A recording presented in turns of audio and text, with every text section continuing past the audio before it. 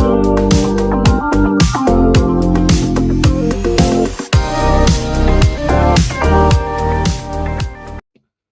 semua, salam sejahtera Malaysia. Selamat datang ke channel Fels Lifestyle.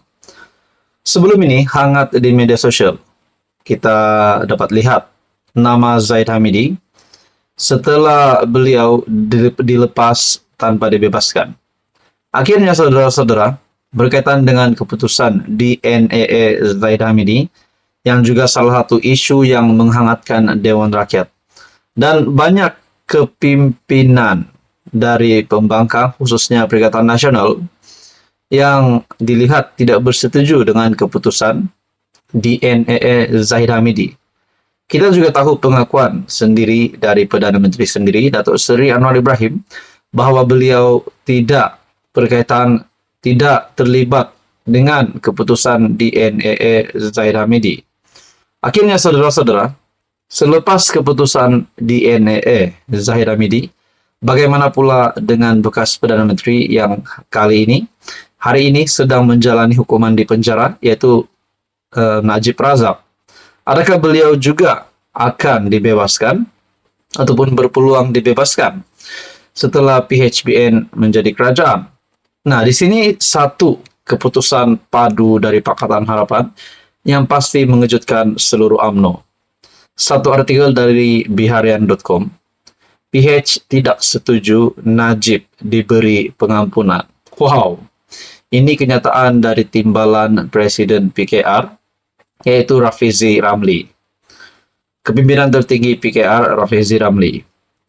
Pakatan Harapan kekal dengan pendirian untuk tidak bersetuju pengampunan diberikan kepada bekas Perdana Menteri Datuk Seri Najib Razak, kata Rafizi Ramli.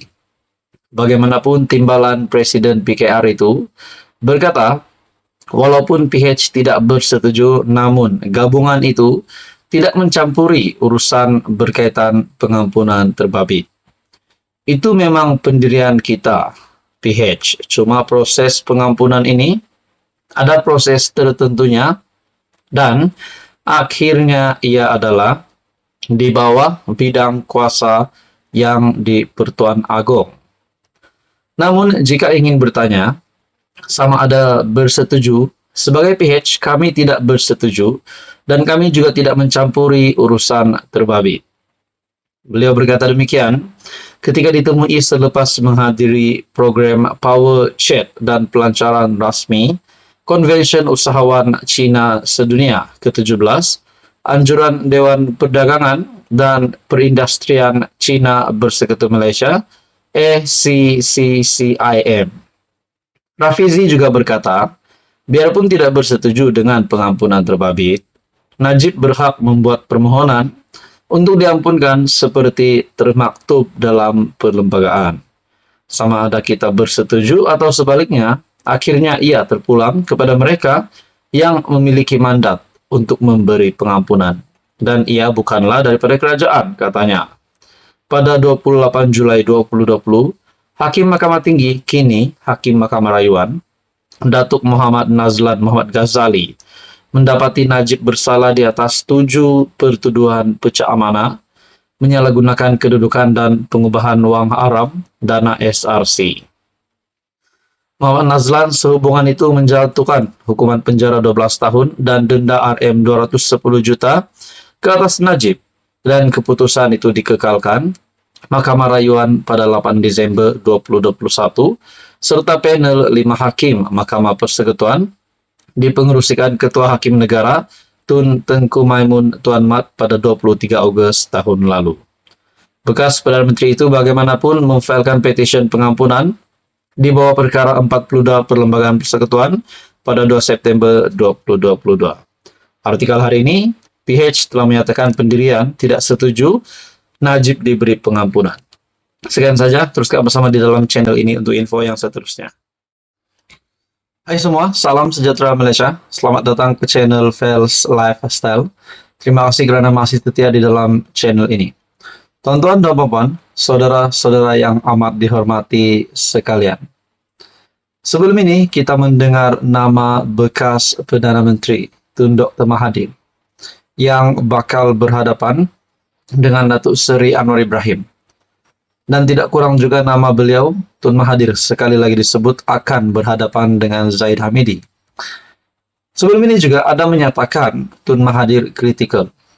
Bukan kritikal karena kesehatan, tetapi kritikal dalam keadaan politiknya yang terkini setelah kekalahan pada PRU 15 dan pembubaran meletakkan jawatan dari pejuang. Dan akhirnya saudara-saudara, hari ini dilihat Tun Mahathir berkawan baik dengan Perikatan Nasional. Ada yang kata Tun Mahathir dalam keadaan kritikal karena telah kalah teruk pada pilihan raya umum ke-15. Nah, ada satu lagi kabar yang mengejutkan untuk Tun Mahathir. Satu artikel menyebut satu kes saman yang dikaitkan nama bekas Perdana Menteri sebanyak 2 kali itu dalam satu artikel dari Malaysia Kini. Kes saman Halim Saad, Dr. Mahathir, 2 lagi diarah fail pembelaan.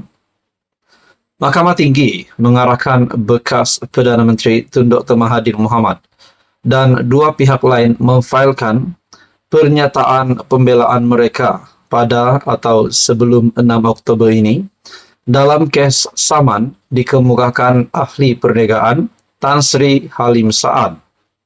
Selain Dr. Mahathir, turut dinamakan sebagai defendant ialah bekas Menteri Kewangan II, Tan Sri Nur Muhammad Yaakob dan Kerajaan.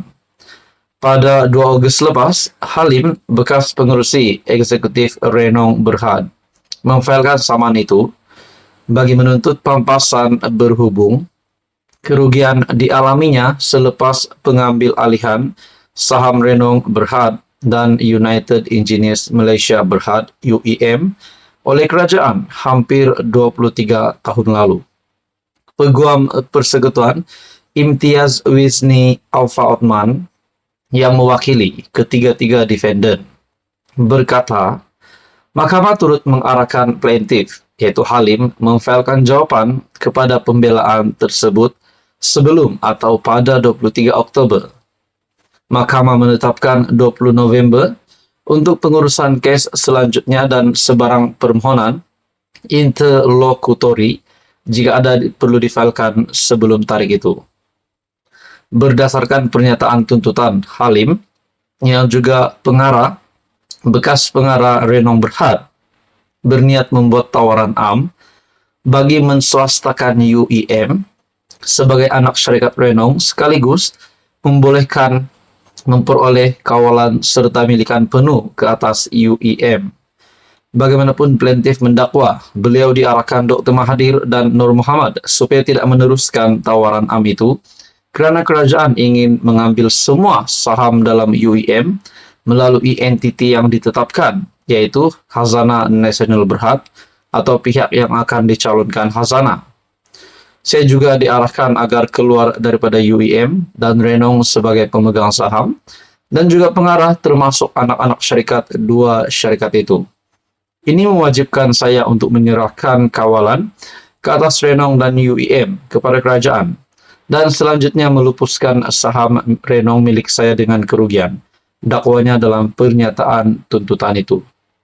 Halim mendakwa Khazanah telah memperoleh keseluruhan saham UEM melalui anak syarikatnya, dana saham Sendirian Berhad, sekaligus memperoleh kawalan terhadap UEM yang ketika itu memiliki 32,6% saham Renong. Oleh itu Halim antaranya memohon deklarasi dan pampasan berhubung pengambilan saham secara paksa oleh kerajaan bagi tempoh antara Julai dan Oktober 2001. Pada 2013, Halim memfailkan tuntutan saman RM1,8 bilion terhadap kerajaan, Khazanah dan Nur Muhammad selepas mendakwa beliau ditipu. Bagaimanapun saman itu ditolak Mahkamah Tinggi di KL dan beliau juga gagal dalam rayuannya di Mahkamah Persekutuan pada 2015. Nah, satu lagi kejutan baru untuk Tun Mahathir, di mana satu artikel mengesahkan dari Malaysia Kini, kes saman Halim Saad, Dr. Mahathir, 2 lagi diarah fail pembelaan. Saudara-saudara, sekiranya Tun Mahathir dapat didapati bersalah di sini, adakah beliau akan dikenakan tindakan undang-undang, bakal dihukum, ataupun lebih teruknya bakal masuk penjara? Nah, semua ini menjadi persoalan. Akhirnya saudara-saudara, case Saman Halim Saat, Dr. Mahathir 2 lagi di arah file pembelaan. Teruskan bersama di dalam channel ini untuk info yang seterusnya. Mohon bantu channel ini dengan menekan butang like, share, dan juga subscribe.